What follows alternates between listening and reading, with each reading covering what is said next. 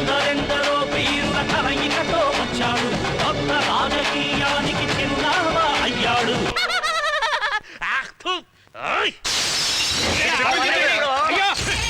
నా కొడకల్లారా, ఇంతమంది ఉన్నారు. ఒక్కొక్కడికి 15 ఏళ్ల రాజకీయ చరిత్ర, 25 ఏళ్ల రౌడీ చరిత్ర ఉంది. బయటికెళ్తే ఎమ్మెల్యేలు, మినిస్టర్లని బిల్డప్లు. సిగ్గులేదా? ఎక్కడో బార్డర్ నుంచి వచ్చి ఎడం చేతిలోకి సీఎం ని, కుడి చేతిలోకి రాష్ట్రాన్ని తీసుకొని మనందరినీ ఫుట్బాల్ చూస్తూ దద్దమ్మల్లా కూర్చుంటారా? పిడికెల పెంటే లైన్ లో ఉన్నా. మీరు రాజీనామా చేయండి. గవర్నమెంట్ ఎలా రాజీనామానా? నేను ఇంకా కలెక్షన్ మొదలట్లేదు. కలెక్షన్ ఏంట్రా? ఇప్పటి వరకు మీరందరూ జనాల దగ్గర దోచుకొని నా దగ్గర దాచుకున్న కోట్ల డబ్బు వాడు దోచుకుపోయాడు. అంటే మా డబ్బంతా పోయిందా? లేకపోతే నాదిపోతుందా? పోయి ఈ గోకుడేదో ఆ సీఎం ని గోకు.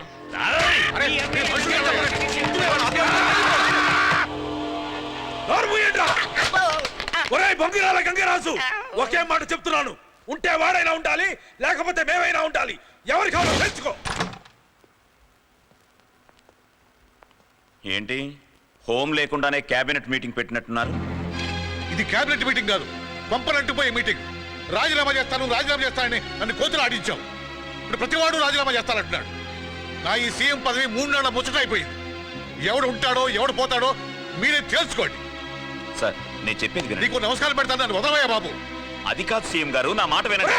నువ్వు మిలిటరీ నుంచి వస్తే పెద్ద పుడికి అనుకుంటున్నావా? నేను ఫ్యాక్షనిస్ట్ ని, శవాల పైన నడిచి వచ్చిన వాడిని. తల పేలిపోద్ది. Shoot shoot me. Come on, shoot మీ.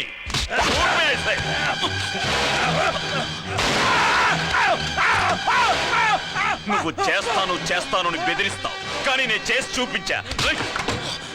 శవాల మీద నడిచి రావడం పెద్ద క్వాలిఫికేషన్ రా. నీ నేర చరిత్ర గురించి నాకు తెలుసు. మొన్న గూండా యాక్ట్ లో ముందు లోపలికి వెళ్లాల్సిన వాడివి నువ్వేరా. నీలాంటి విధవల్ని అరెస్ట్ చేయడం మొదలు పెడితే సగం అసెంబ్లీ లోపలికి వెళ్తుందని ఆగాను. రాయ్, నువ్వు చెయ్యని స్కాములున్నాయా? బ్యాంక్ కుంభకోణంలో చైర్మన్ తో కలిసి ఎన్ని కోట్లు నొక్కావు? ఎంతమందిని రోడ్డు పాలు చేశావు? ఎంతమంది సూసైడ్లకి కారణమయ్యావో చెప్పరా? చెప్పు. రాయ్, నీ వయస్సుకి 15 ఏళ్ల పిల్ల మీద రేపట్టం సిగ్గులేదు? చూడండి ప్రతి ఒక్కరి నేర చరిత్ర. ఇంతవరకు మీ బినామీ ఆస్తుల్ని నాశనం చేశారు. ఇప్పుడు మీ భాగవతం బయట పెడితే మీ జీవితాలే నాశనం అయిపోతాయి. ఏ జనమైతే మీకు ఓట్లు వేసి గెలిపించారో వాళ్లే మిమ్మల్ని కుక్కల్ని కొట్టినట్టు కొడతారు. మీ భార్య బిడ్డలు థూ అని ఉమ్మేస్తారు. గతం గతః. ఇక నుంచైనా ప్రజలకు మంచి చేసి మీరు చేసిన పాపాలకు ప్రాయశ్చిత్తం చేసుకోండి. నెక్స్ట్ 5 years పదవిలోకి ఎలా రావాలి, ఎవరిని కాకాపట్టాలి అని మీలా ఆలోచించే పొలిటీషియన్ కాదు నేను. ఉన్న ఈ 5 ఏళ్లు ప్రజలకు అనుక్షణం ఎలా ఉపయోగపడాలి అని ఆలోచించే సైనికుణ్ణి. ఇకపై ఎవడైనా పిచ్చి పిచ్చి వేషాలు వేశాడో ఒక్కడు కూడా మిగలడు. This is not my warning, this is my order. దూసుకువచ్చాడు, దూసుకువచ్చాడు, ప్రజలకు రక్షకుడు, పేరా అండబడు, అంధకారము చీల్చేందుకు వచ్చాడు. కోట్ల సూర్యుళ్ళ కాంతితోనే వచ్చాడు. ఎముళ్ళాంటి నాయకులకు మొగుడైన మగాడు. రాజకీయ రంగానికి రారాజే అయ్యాడు. అడిగారు. ఏం లేదమ్మాయి, సీఎం జిందాబాద్, హోమ్ మినిస్టర్ జిందాబాద్ అని ఎగిరెగిరి స్లోగన్స్ ఇచ్చాడు. పైన ఫ్యాన్ తగిలింది పాపం. చాలా సేపటి నుంచి వెయిట్ చేస్తున్నాం. మీ అసమ్మతి ముసలో ఏమైంది? ముసలమ్మలొక్కాయ మాలో అట్టటి వాడికి తావులేదమ్మాయి. ఐక్యమత్యమే మహాబలం. అందుకే మేమంతా చాలా మంచి అండర్స్టాండింగ్ తో ఉన్నాం పాప. సీఎం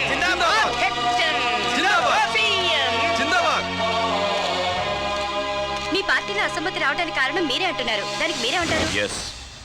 ఎదుటివాడి తప్పులు బయట పెడితే వచ్చేది అసమ్మతే.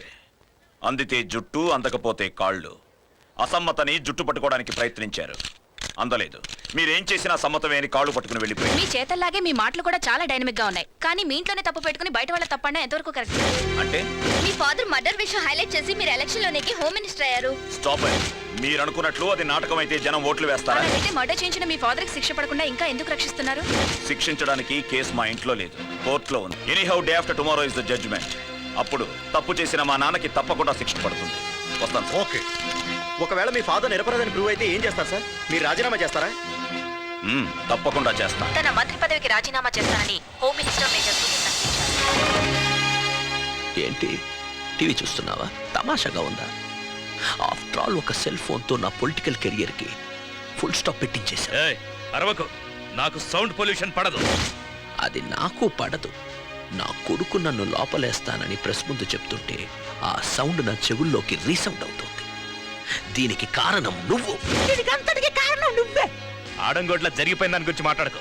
జరగాల్సిన దాని గురించి ఆలోచించు. ఊరికే అనటం కాదు, అదేదో మీరే చెప్పండి. చెప్తా.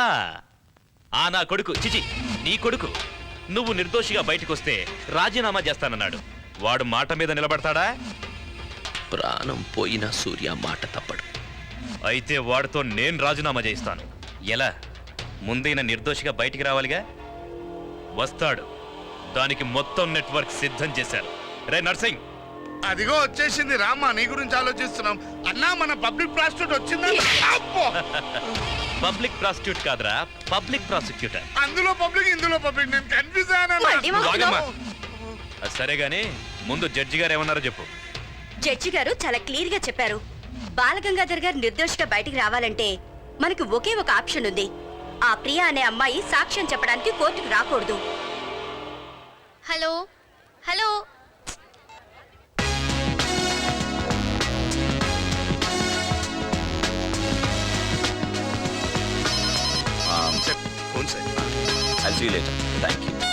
ఏంటి బయలుదేరడం? ఎంతసేపటి నుంచి వెయిట్ చేస్తున్నానో తెలుసా? ప్రియా, నేను బయలుదేరుతున్నాను. Bye. Okay, thank you. Priya, నువ్వు పంచే, నీకు నచ్చినవన్నీ సెలెక్ట్ చేయి. నేను 5 minutesలో వస్తాను. ఓకే, మీరందరూ వెళ్ళిపోండి. రేపు పొద్దునే కలుద్దాం. సార్. మీరు రావక్కర్లేదు, ఇది నా పర్సనల్ పని. Yes sir. Sir, we got her. రేయ్, ఆ బాంబే నా కొడుకులు చింపేస్తారన్నావు. ఎట్టి పరిస్థితుల్లో నా తప్పించుకోకూడదు. ఏదైనా తేడా జరిగిందో నువ్వు మిగిలిన.